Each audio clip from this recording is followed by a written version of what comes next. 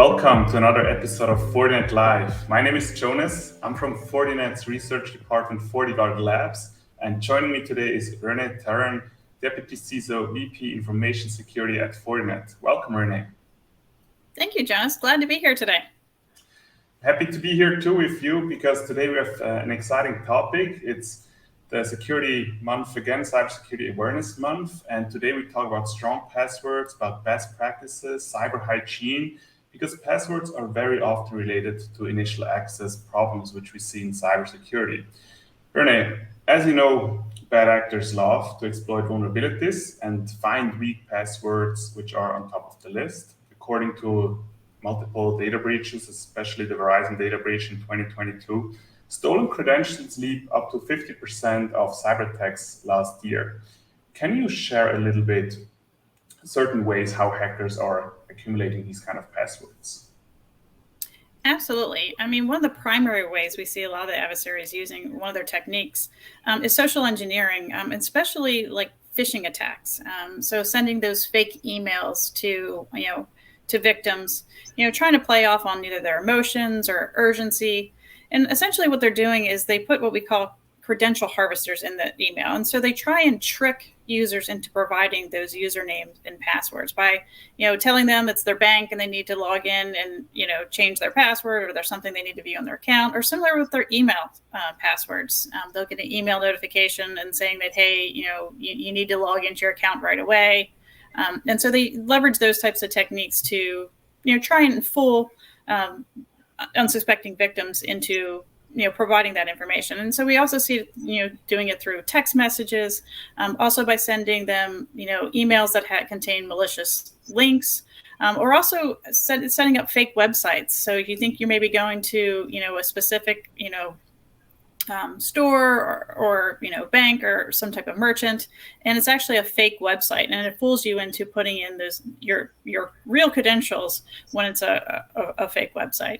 Other techniques we've seen them using is things like using traffic interception, where the adversary will use things like packet sniffers to monitor the network traffic that contains that password information and capturing credentials, especially if it's in an unencrypted manner. And also doing things like, brute force dictionary attacks, trying to find common passwords, that are used, words out of the dictionary that make it very easy for the adversary to use password cracking techniques to essentially guess those passwords.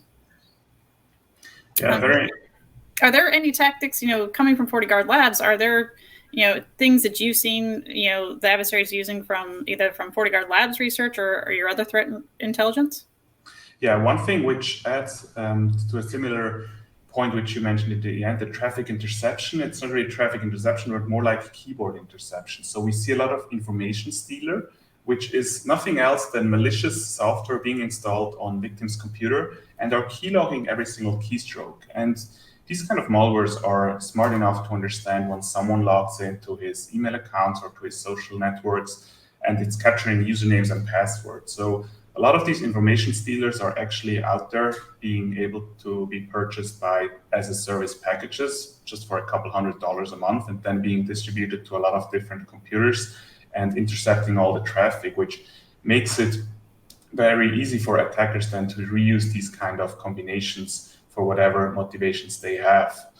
Another common attack vector, which we see very often, is that since a lot of people are using the same username and password combination for a lot of different websites, that some of these websites have been breached in the past.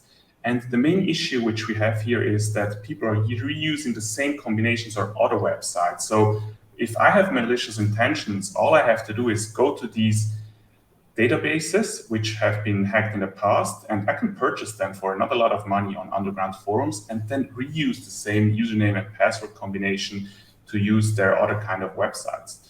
This is especially critical when I get access to their email accounts, because once I have access to the email, usually this email is associated with a lot of different social media accounts, and I can reset pretty much any other application's password.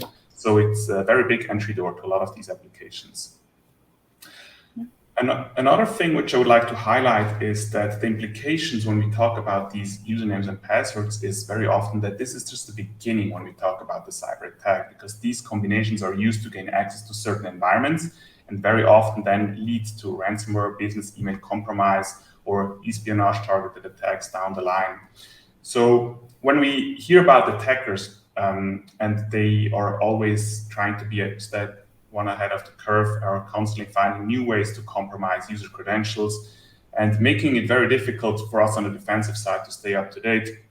What are your tips for making stronger passwords for everyone out there? What can we do to make sure this is not a weakness on our side? Yeah, absolutely. I mean, you want to make passwords that, are hard to forget, but difficult for others to guess. So you want to avoid things like using particular names, phrases, or, in your passwords, or specific numbers like birthdays and stuff like that, stuff that someone can easily guess or get from like your social media accounts or something like that. And you also want to make sure that you have a different password for every individual account. So like, I always tell our employees, make sure you have, a different account for your work accounts versus your home accounts. Because again, if for some reason, your password, username and password is compromised, then that limits the scope where the adversary can compromise, because again, you're using different passwords.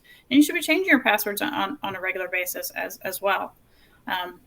So some of the suggestions I always tell people, because it's so hard to guess, keep track of your passwords. You can leverage things like password managers. You can do things like single sign-on, and even doing things like having multi-factor authentication. It makes it easier for people to get those passwords in there, but on the same token, it makes it much harder for the adversary. Yeah, I definitely agree. I'm a big fan as well of password managers, because there's so many websites which we use on a daily basis, and it's really hard to remember all these passwords. And if we just need to remember this one key password which unlocks our vault, which has all the information stored, it can make a really big difference when it comes to cyber attacks.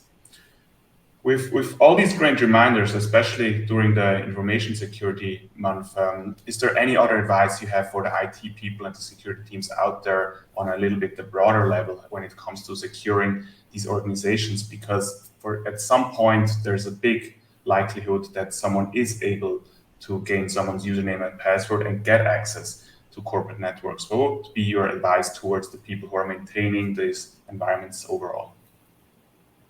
Yeah, so I think it's also, organizations should be looking at taking it one step beyond username and passwords. And like kind of mentioned before, like doing things like multi-factor authentication, where it leverages not something the user knows, but something that has like a token. And again, like you mentioned, things like single sign-on capabilities. But also we can't forget, especially in Cybersecurity Awareness Month, the importance of training and education for our employees. Fortinet has a training institute where it has training classes and network security expert certifications that can help build cyber awareness. So anyone from all technical levels can take this training and help identify, learn what threats to look for, and help prevent vulnerabilities in their environments. Because again, as the adversary continue to evolve their techniques and tactics, we need to keep our workforce abreast of how the adversary is changing these techniques and tactics, so that our employees can be that first line of defense and have that awareness. And so we really can't forget that things like cybersecurity education and training. What should they be looking for when they get these fake emails? Not clicking on links that or attachments from people they don't know.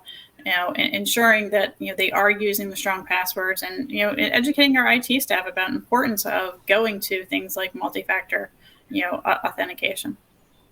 Yeah, I totally agree. It's a combination of good technology, but also people and processes. And as well, when we talked a lot about the people, what can they do specifically? But I also think when we talk about technology, there's a lot of things which we can do on additionally, because we need multiple security layers in the end. There's not just one single solution which can solve all the problems. And for me, from a research point of view, I always try to put myself in the position of an attacker. So there are a lot of solutions out there which we can provide, where we can actually scan these underground forums for exposed passwords, so we can understand who of our employees actually has weak vulnerabilities, has these usernames and passwords exposed to the underground forums. And then additionally, what else can we do in case someone gets breached and someone has access to this specific individual's corporate access, and then we put additional security layers in place. So A lot of these informations can be found regarding the solutions on Fortinet.com, and I recommend everyone to have a look at there. And with that being said, Renee, it was a pleasure to talk with you. Thanks for being here today. It's great to be here, Jonas. Thanks. Until next time, thank you so much.